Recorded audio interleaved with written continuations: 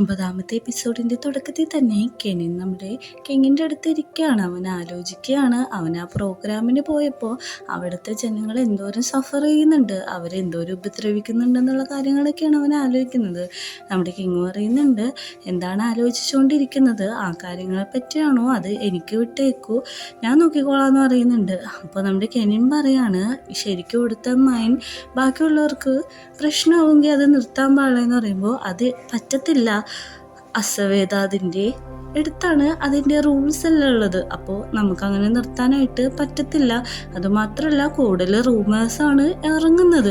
നമുക്കിതിൽ ഒന്നും ചെയ്യാൻ പറ്റില്ല. എന്നെക്കൊണ്ട് ചെയ്യാൻ പറ്റുന്നതെല്ലാം ഞാൻ ചെയ്തോളാം. ഞാൻ നിനക്കൊരു ഗിഫ്റ്റ് തരാമെന്ന് പറഞ്ഞിട്ട് ഒരു പേള് വെച്ചിട്ടുള്ള ഒരു ഗിഫ്റ്റ് കൊടുക്കുകയാണ്.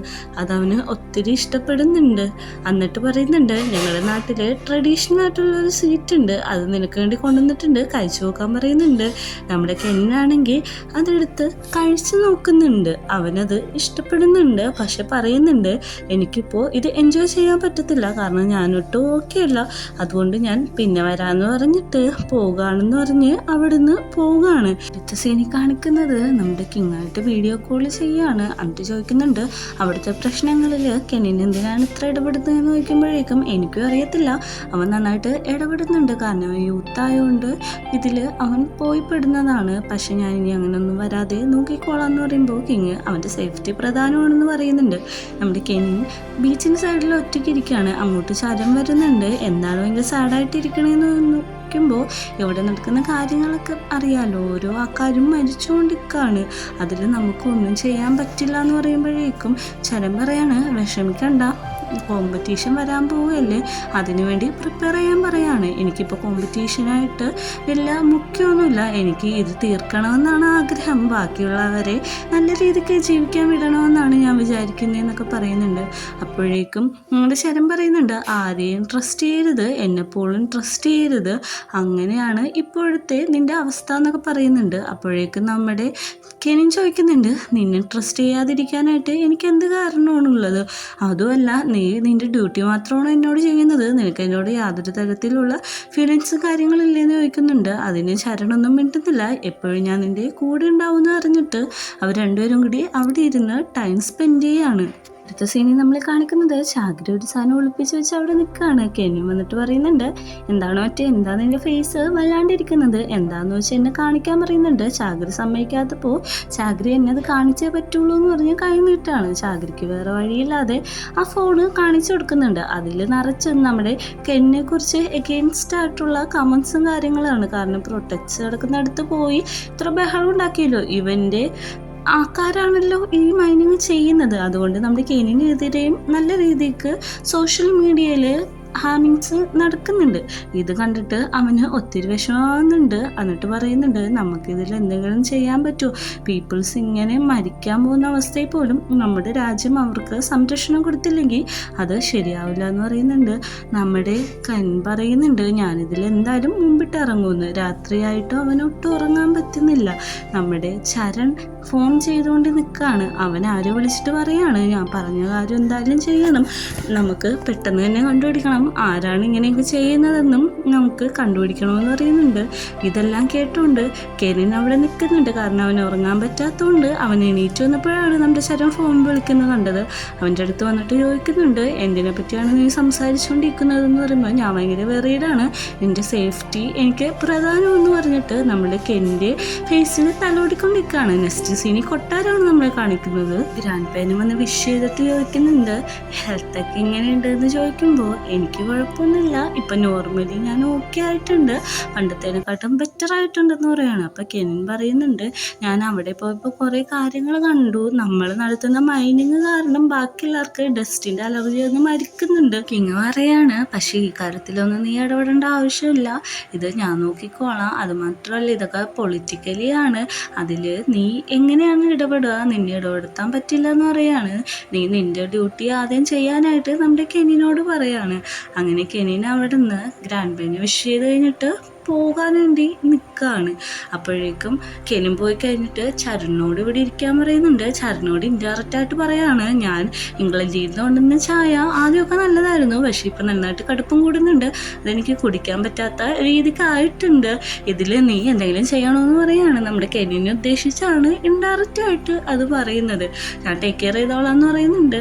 പുറത്തിറങ്ങുന്ന ചാഗ്രിയുടെ അടുത്ത് നമ്മുടെ കെനും വരുന്നുണ്ട്. എന്താന്ന് നോക്കുമ്പോൾ കെൽവിൻ കാണാൻ വന്നിട്ടുണ്ടെന്ന് പറയുന്നുണ്ട്. കെൽവിൻ അവിടെ വന്നിരിക്കുന്നുണ്ട്. എന്നിട്ട് അവിടെ ഇരുന്ന് ചായ കുടിക്കുകയാണ്. അപ്പം നമ്മുടെ കെനിൻ ചോദിക്കുന്നുണ്ട്, നിനക്ക് ജയെ അറിയാലേന്ന് ചോദിക്കുമ്പോൾ എനിക്കറിയാം, പക്ഷെ ഞാൻ ഇപ്പോൾ ഗിൽറ്റിയാണ് ഫീൽ ചെയ്യുന്നതെന്ന് പറയുന്നുണ്ട്. എന്തിനാണ് നീ അങ്ങനെ ഫീൽ ചെയ്യുന്നതെന്ന് ചോദിക്കുമ്പോഴേക്കും ഞാനൊരു പ്രിൻസാന്നുള്ള കാര്യം അവൻ അറിയത്തില്ല, അതുകൊണ്ട് എനിക്ക് നല്ല ഗിൽറ്റി ഉണ്ട്, ഇതറിഞ്ഞു കഴിയുമ്പോൾ അവൻ എന്നോട് എങ്ങനെ പെരുമാറുമെന്ന് എനിക്കറിയില്ല എന്ന് പറയുന്നുണ്ട്. കെനിൻ പറയുന്നുണ്ട്, നീ എന്തായാലും അത് പറയുന്നുണ്ട് സത്യാവസ്ഥ, കാരണം നമുക്ക് വേണ്ടപ്പെട്ട ആള് നമ്മൾ ഒരിക്കലും വിട്ടിട്ട് പോവില്ല, നമ്മൾ സ്പെഷ്യലായിട്ടുള്ള ആളോട് നമുക്ക് ഒരു കാലത്തും കള്ളം മറിച്ച് വെക്കാൻ പറ്റില്ല എന്ന് പറയുന്നുണ്ട്. നമ്മുടെ കെൽവിൻ ഇത് കേട്ടിട്ട് ഓക്കെ, ഞാൻ എന്തായാലും അത് അവനോട് തുറന്നു പറയാൻ പോവുകയാണ്, ഇനി എനിക്ക് വെയിറ്റ് ചെയ്യാൻ പറ്റത്തില്ല, അവൻ എന്നെപ്പറ്റി എന്ത് വിചാരിച്ചാലും ഞാൻ ഒന്നും വിചാരിക്കുന്നില്ല, ഞാൻ പറയാൻ പോവുക എന്ന് പറയുന്നുണ്ട്. അങ്ങനെ നമ്മുടെ ജയിൻ്റെ വീട്ടിന് മുമ്പിൽ കെൽവിൻ ചെന്ന് നിൽക്കുകയാണ്. താഴത്തേക്ക് ഇറങ്ങി വരാൻ പറയുന്നുണ്ട്. അപ്പോൾ ജയ് ചോദിക്കുന്നുണ്ട്, എന്തെങ്കിലും സീരിയസ് ആയിട്ടുള്ള മാറ്ററാണോ എന്ന് പറയുമ്പോഴേക്കും അതേ, സീരിയസ് ആയിട്ടുള്ളൊരു മാറ്ററാണ്, ഞാനൊരു കാര്യം പറയട്ടെ, എനിക്കൊരു കാര്യം പറയാനുണ്ടെന്ന് പറയുമ്പോൾ നീ എന്താ പറഞ്ഞു വന്നത് എനിക്കറിയാം, അതിലൊന്നും വലിയ വിഷയമൊന്നുമില്ല, കാരണം നമ്മൾ ഫ്രണ്ട്സ് അല്ലേ എന്ന് പറയുകയാണ്. അത് കഴിഞ്ഞിട്ട് നമ്മുടെ ഒരു ബാക്ക് സ്റ്റോറി കാണിക്കുന്നുണ്ട്. നമ്മുടെ കെൽവിൻ ഈ ന്യൂസൊക്കെ കാണുന്നുണ്ട്, അതായത് കെൽവിനും നമ്മുടെ ജയും തമ്മിലുള്ള ഇതെല്ലാം സോഷ്യൽ മീഡിയയിൽ സ്പ്രെഡായല്ലോ, ഇത് ഓൾറെഡി അവൻ കണ്ടിട്ടുണ്ടാവും, കാരണം അവിടുത്തെ സോഷ്യൽ മീഡിയയൊക്കെ അത്ര പോപ്പുലറാണ്. അപ്പോൾ ഇത് അറിഞ്ഞിട്ടുണ്ടാവും. അപ്പം തന്നെ അവൻ്റെ അമ്മ വിളിക്കുന്നുണ്ട്, നീ എന്തൊരു തോന്നിയസാണ് കാണിക്കുന്നത്, നീ ആ ചെക്കനായിട്ട് കറങ്ങിയെടുക്കുന്നത് വലിയ രസമുള്ള കാര്യമൊന്നുമല്ല, ഗോസിപ്പൊന്നും വരാതെ നോക്കിക്കോ, റോയൽ കോമ്പറ്റീഷനൊക്കെ വന്നെയാണ്, നീ ഞാൻ പറഞ്ഞ പോലെ എന്നെ അനുസരിക്കണം, അല്ലെങ്കിൽ എൻ്റെ കയ്യിൽ നിന്ന് കിട്ടുമെന്നൊക്കെ പറഞ്ഞിട്ട് അമ്മ ഫോൺ വെക്കാണ്. എന്നിട്ട് പ്രസൻറ്റിൽ നമ്മുടെ കെൽവിൻ മിണ്ടാതിരിക്കുകയാണ്. ജയ പറയുന്നുണ്ട്, നീ എന്ത് പറയാൻ വന്നാലും അതൊന്നും വലിയ കുഴപ്പമൊന്നുമില്ല, കാരണം നമ്മൾ ഓൾറെഡി അത്ര ഫ്രണ്ട്സ് അല്ലേ, നീ എന്നോട് എന്ത് തെറ്റ് ചെയ്താലും ഞാൻ നിന്നോട് ക്ഷമിക്കും, എന്ത് കള്ളം മറച്ചു വെച്ചാലും എനിക്കത് ഒരു വിഷയമുള്ള കാര്യമല്ല, പിന്നെ നീ ഫുഡ് കഴിച്ചോ എന്നൊക്കെ ചോദിക്കുന്നുണ്ട്. എന്നിട്ട് പറയുന്നുണ്ട്, നീ ഇങ്ങനെ സാഡായിട്ട് നിൽക്കേണ്ട ആവശ്യമില്ല, നിൻ്റെ സൈഡിൽ ഞാൻ എപ്പോഴും കൂടെ കാണുമെന്ന് പറയുന്നുണ്ട്. നമ്മുടെ കെൽവിൻ അവൻ്റെ കൈ പിടിക്കുന്നുണ്ട്, കാരണം അവൻ്റെ ഒരു തെറ്റ് അറിഞ്ഞു വെച്ചിട്ടും മിണ്ടാതെ നല്ല സ്നേഹത്തോടെയാണല്ലോ നമ്മുടെ ജയ് നിൽക്കുന്നത്. പിന്നെ നമ്മൾ കാണിക്കുന്നത് രാമേലും ജയും കൂടി സൈക്കിൾ ആട്ടാൻ പോവാണ്, ഇവരുള്ള എപ്പോഴും പരിപാടിയല്ലോ.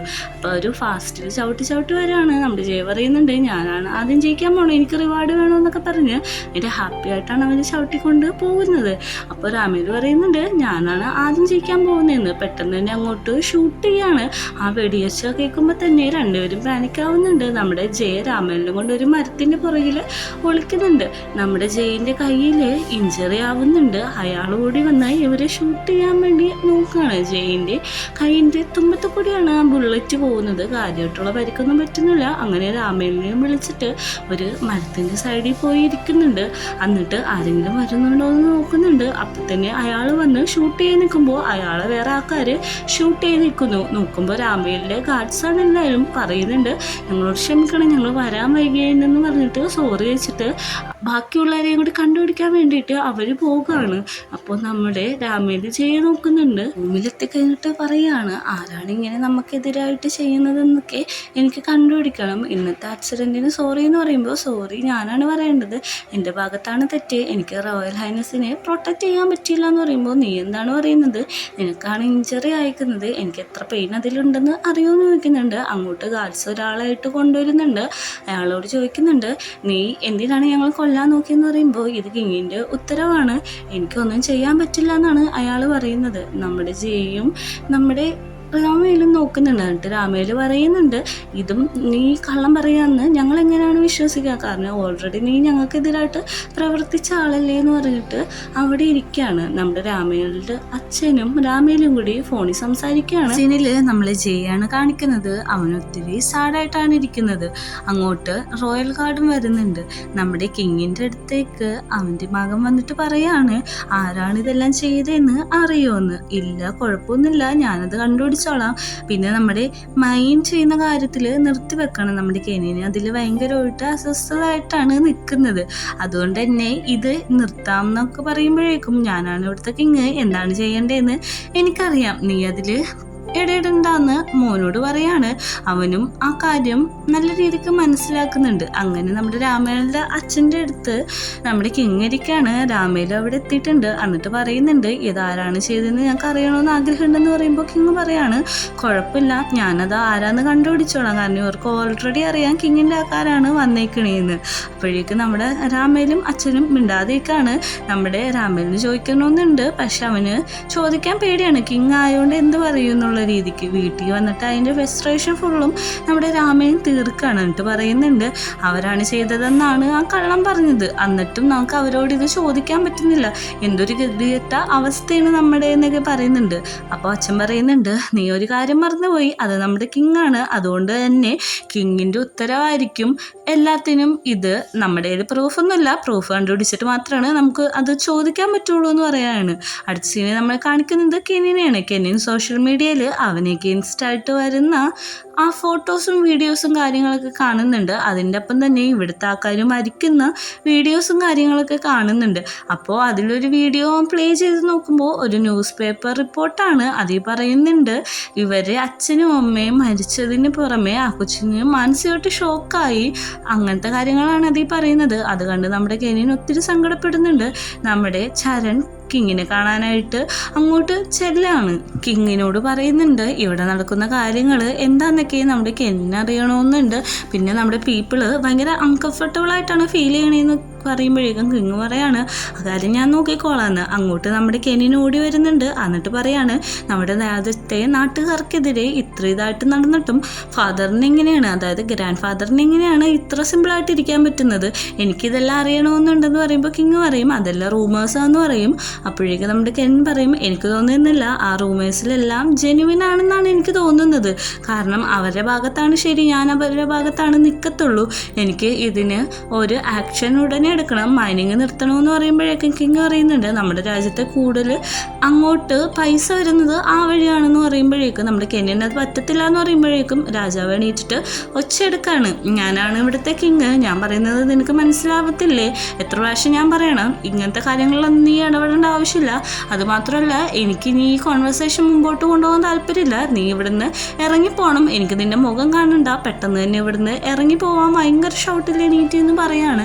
നമ്മുടെ കെനിനും ഭയങ്കര രീതിക്ക് അത് സങ്കടമാകുന്നുണ്ട്, കാരണം സ്വന്തം ഗ്രാൻഡ് ഫാദർ എല്ലാവരും മുമ്പിൽ വെച്ചാണല്ലോ ഇറങ്ങിപ്പോവാൻ പറയുന്നത്. എന്നിട്ട് ആവർത്തിച്ച് പറയുന്നുണ്ട്, എനിക്ക് നിന്നോട് ഈ സംഭാഷണം സംസാരിക്കാൻ താല്പര്യമില്ല, എനിക്ക് നിന്നെ കാണാൻ പോലും വേണ്ട, ഇവിടുന്ന് വേഗം പോകാൻ പറയുന്നുണ്ട്. നമ്മുടെ കെനിൻ അവിടെ നിന്ന് അത്രയും ദേഷ്യപ്പെട്ട് സങ്കടപ്പെട്ടാണ് ഇറങ്ങി പോകുന്നത്. അവൻ ബാൽക്കളിയിൽ ഭയങ്കര സങ്കടപ്പെട്ട് നിൽക്കുമ്പോൾ അങ്ങോട്ട് ചരൺ വരുന്നുണ്ട്. ചരൺ വരുമ്പോൾ തന്നെ നമ്മുടെ കെൻ പറയാണ്, നീ എന്തിനാണ് ഇപ്പം ഇങ്ങോട്ട് വന്നത്, ഞാൻ ദേഷ്യപ്പെട്ട് നിൽക്കാമെന്ന് നിനക്കറിയില്ല, എനിക്ക് അത്രയും കൂടുതൽ ദേഷ്യമുണ്ട്, ഇനി നീയും കൂടി എൻ്റെ മേത്ത് ദേഷ്യപ്പെടാൻ ഞാൻ സമ്മതിക്കത്തില്ല, നീ ഇപ്പോൾ ഇവിടുന്ന് പൊക്കോളാൻ പറയുന്നുണ്ട്.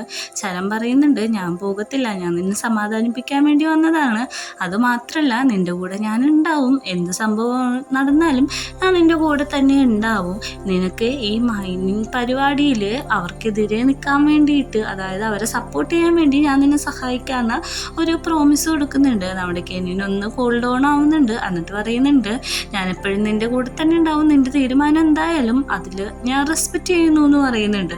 അത് കഴിഞ്ഞ് നമ്മെ കാണിക്കുന്നത് നമ്മുടെ ജയരാമലിനെ വെടിവെച്ച ആളെ പിടിച്ചിട്ടേക്കാണ്.